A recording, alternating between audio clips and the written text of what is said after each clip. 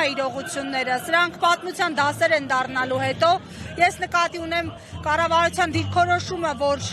ցեղասպանության հարցը չպիտի լինի արտաքին քաղաքականության օրակարգի առաջնահերթություն։ Ըստ ձեզ ինչի համար է սա արվում, այլ տարբերակ չունեն, ելք չունեն, թե այլ խնդիր են լուծվում։ Միգուցե իրաց դեպքում ելք չունեն, որովհետև իրանք հանձնվել են թուրքերին եւ ադրբեջանցիներին։ Իսկ ինչ իրականում ինչ է կատարվում, դա դասական ուրացման քաղաքականությունն է, դասական ուրացման քաղաքականությունն է, մանավանդ սա հետևողական քաղաքականությունն է, տարիներ շարունակ Նիկոլ Փաշինյանի կոլաբորացիոնիստական վարչակարգը իրականացնում է քայլեր, որը ուղիղ դեմ է հայոց պահանջատիրության գաղափարին, ավելին, սրանք ոչ ավել ոչ պակաս հայտարարում են, որ հələ պետք է հասկանանք ինչու է եղել ցեղասպանությունը, փորձում են այլ պետությունների մեղավոր ճանաչել, չհասկանալով մի բան, որ 1911 թվականի Սալոնիկի գաղտնի ժողովի որոշում կա, ըստ որի հայ ժողովուրդը եւ քրիստոնյա ժողովուրդն պետք է ցեղասպանվեին։ Սա ուղիղ ուրացում է եւ թրքապատակ ռեժիմից ինչ պետք է սպասենք։ Նիկոլ Փաշինյանի համար Հայաստանի ապագան Էրդողանի գիրքն է։ Իսկ Էրդողանի գրքում, Էրդողանի ռազմավարության մեջ, Ալիևի ռազմավարության մեջ Հայաստան չկա։ Հետևաբար ես բոլորին կոչ եմ անում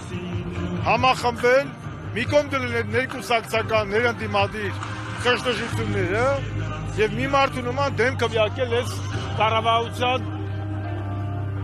շենքում նստած ազնվորությանը։ Պարոն Շարմազանով, այդ մի մարդու նման դեմ լինելու օրակարգը որքանով է իրատեսական, ընդամենը մի քանի ամիս է մնացել, բայց տեսնում ենք, որ տարբեր այսպես ամբիցիաներ են առաջ գալիս։ Զարա ջան, մենք մեր սեփական օրինակով ենք ցույց տվել, որ կարելի է ու պետք է ամբիցիաները մի կողմ դնել։ Կարելի է ու անհրաժեշտ է ու հնարավոր է սեփական եսը ստորադասել համազգային շահին։ Կուսակցությունը հայրենիքից կարևոր չէ։ Աթոռը, պաշտոնը, մանդատը հայրենիքից կարևոր չէ։ Նիկոլ Փաշինյանը ուրանալով ցեղասպանությունը, մոռանալով Արցախը, ուրանալով պահանջատիրությունը, չբարձրացնելով մեր մշակութային այսօրվա ցեղասպանության խնդիրները նաև Արցախում։ Ջուրեր ըստում Հայաստանի արևմտյան Ադրբեջան դառնալու ջրաղացին։ Դրված է այսօր կամ Հայաստանի լինելիությունը կամ վիլայեթացումը։ Հետևաբար բոլորը, կրկնում եմ բոլորը, ում համար թանկաց Ծերնակաբերդը, ում համար թանկ է Եռաբլուրը, պետք է իրանց եսը մոռանան հանուն Հայաստանի շահի, հանուն Հայաստանի Հանրապետության, հանուն մեր նահատակների, էլ ոնց ասեմ, որովհետև եթե սա վերընտրվեց, մենք վեր ենք կացվելու Հրան Մաթևոսյանի ասած առանց հիշողության անասունի։ Ես չեմ ուզում, որ իմ ազգը առանց հիշողության մնա։ Ես ուզում եմ ու ամեն ինչ անելու եմ,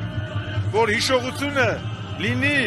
մեր ապագայի տեսլականը։ Առանց հիշողության չկա պետություն։ Այն պետությունը, այն ազգը, որը ուրանում է իր անցյալը, որը մոռանում է իր ողբերգությունները, իրավունք չունի էլի անկախ պետություն ունենալու։ Խաղաղություն, սա խաղաղություն չէ։ Սա Թուրքիա առաջ կզել է։ Ես պատերազմի կոչ չեմ անում, ես կոնֆլիկտի կոչ չեմ անում, ես արժանապատվության, ինքնասիրության կոչ եմ անում։ Ինչա Սողոմոն Թելեյանը, Շահան Նաթալին, Գարեգին Նժդեհը, Արմեն Գարոն, Արամ Մանուկյանը, Դուշման Վարդանը, Մոնթե Մելքոնյանը, Տոմե Եսրովա հերոսները, մեր նախագահները, Վազգես Պարապետը խաղաղություն չէին ուզում, բոլորից շատ էին ուզում։ Կամ են մայրերը, որ իրանց երեխեքին ուղարկել են նահատակության։ Այդ իմաստով հայոց պահանջատիրությունը շատ կարևոր է եւ իշխանափոխությունից հետո պետք է շարունակել ոչ միայն հետևողական պահանջատիրության եւ դատապարտման պայքարը, այլ նաեւ թուրքական ժողովրդականության դեմ պայքարը, ինչը արում էր նախորդ իշխանությունը։ Շարմազանով այսօր Նիկոլ Փաշինյանը ճեպազրույցի ժամանակ անդրադարձել է երրորդ նախագահի հայտարարությանը, նաև նրան, որ իբրև թե հանրապետականը չի մասնակցում ընտրություններին, բայց դրանք ձևական բնույթ են կրում, որովհետև պետք է նայել պարզապես օրինակ ուժեղ Հայաստան կուսակցության ցուցակին եւ պարզ կդառնա, որ լավ էլ մասնակցում են, նաև նշեց, որ բացահայտ հայտարարել, որ աջակցում են այդ ուժին։ Ես կարծում եմ Հայաստանի Հանրապետական կուսակցությունը կարիք չունի որևէ այլ ուժի ձևով քողարկվել, էլի։ Հանրապետականը ուղիղ չի առաջադրվում։ Նիկոլ Փաշինյանը թող յուղ չվառի։ Մենք շատ պարզ ասել ենք,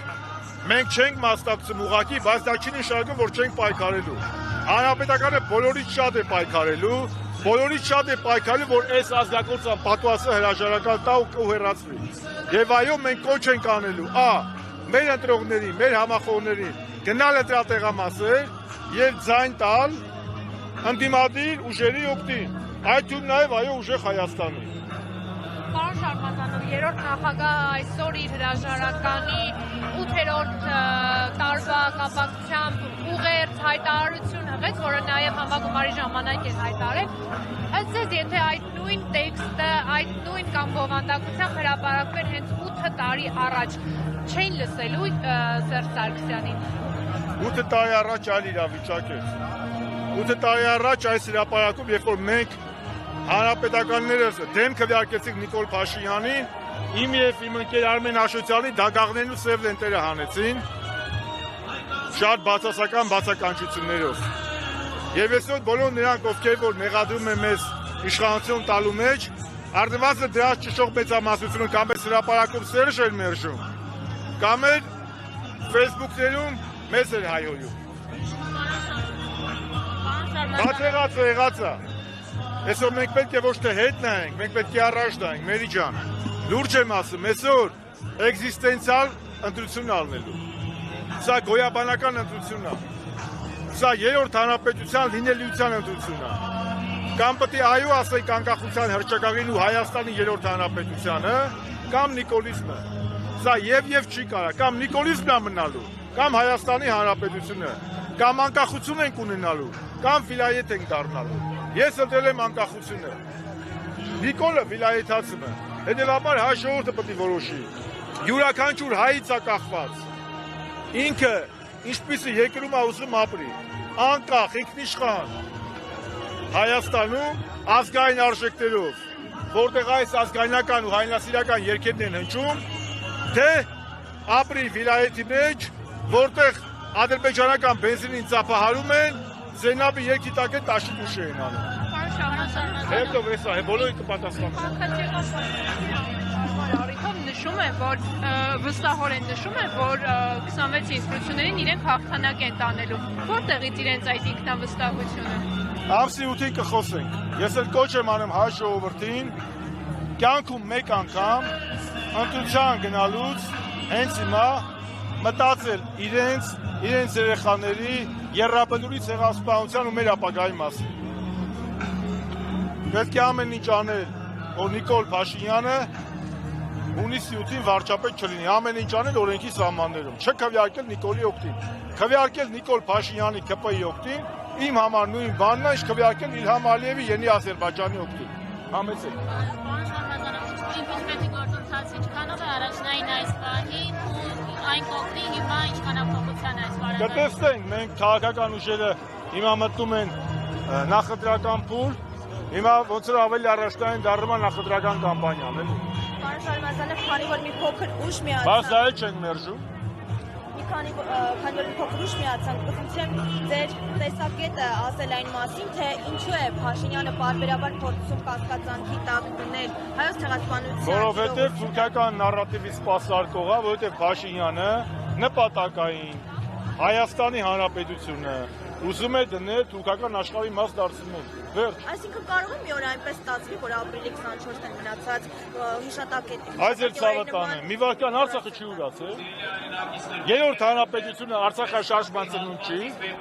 բայց եթե Արցախը ուրացել է, եթե Արցախը ճանաչել է Ադրբեջանի մաս, եթե այսօր Արցախի բայր տաճարը այդ վանդալիստներ, ֆաշիստները դվել քանդել են, Նիկոլն ասպա Հայաստանը դարձը չի բարձրացնելու։ Հետո էլ ասում եք նախկին։ Նախկինների ժամանակ Սերժ Սարգսյանի ժամանակ։ Երբ որ մեր տղաների դիակները մնացին այդ գոտում, մեր սպեստասը մտավ, մեր տղեկի մարմինները հանեց, թե փառքով հողարկավորեցին։ Սրանք ինչքան դիական դետող է։ Մեր ժամանակ ջուղայի խաչքարի ժամանակ չի եղել մի սիմպոզիում, որտեղ մենք չխոսենք դրա մասին։ Ես Անտալիայում եմ խոսել, հենց Թուրքիայի ներկայությամբ, եւ ցեղասպանության ճանաչման, եւ Արցախի կորոշման իրավունքի։ Բայց գետինը մտնելու բան չի։ Խոտ ուտենք մեռնենք, էլի որ Հայաստանի վարչապետն ասում է Արցախի մայր տաճարի վանդալիզմի հարցը պետությունը չի բարձրացնելու։ Բայց ի՞նչն եք բարձրացնելու։ Պերաշկի, չեբուրեկի հարցերը, թե թուրքական քյաբաբի։